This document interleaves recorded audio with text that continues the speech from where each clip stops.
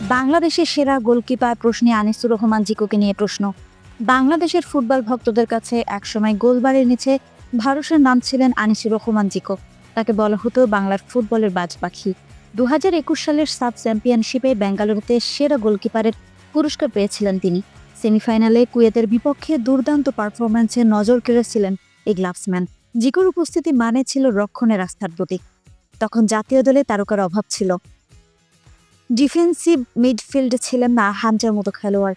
তবুও জিকো একাই সামলেছেন goal post. Bharat, Singapore, Nebanol বা কুয়েত কোনো দলের আক্রমণ তাকে ছাপিয়ে যেতে পারেনি। জাতীয় দলের জার্সিতে এখন পর্যন্ত 31টি ম্যাচ খেলেছেন জিকো, যার মধ্যে 9টি ম্যাচে রেখেছেন ক্লিনশিট। ভুটানের বিপক্ষে মিতুল মার্মা দুর্দান্ত পারফরম্যান্স দেখালেও ভারতের বিপক্ষে জিকো ছিলেন আরও আত্মবিশ্বাসী।